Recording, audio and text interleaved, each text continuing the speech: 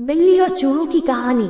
यदि आप मेरे चैनल में नए हो तो मेरे चैनल को सब्सक्राइब करें, शेयर करें और लाइक करें। धन्यवाद। एक बार एक बिल्ली थी, वो बहुत ही चालाक और चौकस थी और उसकी इसी चालाकी और चौकसी को देखकर चूहे भी सावधान हो गए थे और अब चूहे बिल्ली के हाथ नहीं आ रहे थे। एक समय ऐसा आया कि बिल्ली भूख के मारे तड़पने लगी। एक भी चूहा उसके हाथ नहीं आता था, क्योंकि वो उसकी आहट सुनते ही तेजी से अपने बिल में छुप जाते थे।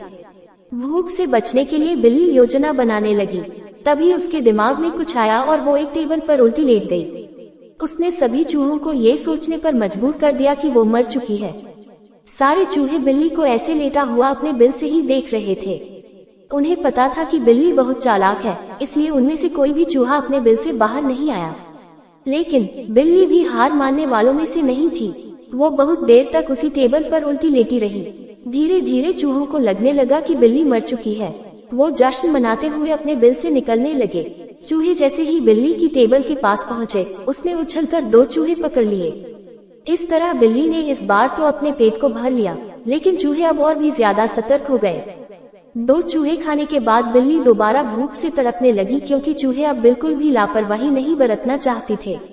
इस बार पेट भरने के लिए एक बार फिर बिल्ली को योजना बनानी थी, लेकिन इस बार छोटी योजना काम नहीं आने वाली थी। इसलिए बिल्ली ने अब खुद को पूरे आटे से ढक लिया।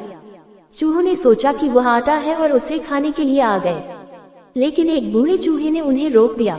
उसने ध्यान से आटा देखा तो उसे उसमें बिल्ली का आकार दिखने लगा। तभी बूढ़े चूहे ने हल्ला मचाना शुरू किया। उसने कहा, सब अपने बिल में चले जाओ, यहाँ आटे में बिल्ली छुपी है। बूढ़े चूहे की बात सुनकर सारे चूहे अपने बिल में चले गए। जब बहुत देर तक एक भी चूहा बिल्ली के पास नहीं पहुंचा, तब बिल्ली थकने की वजह से उठ गई।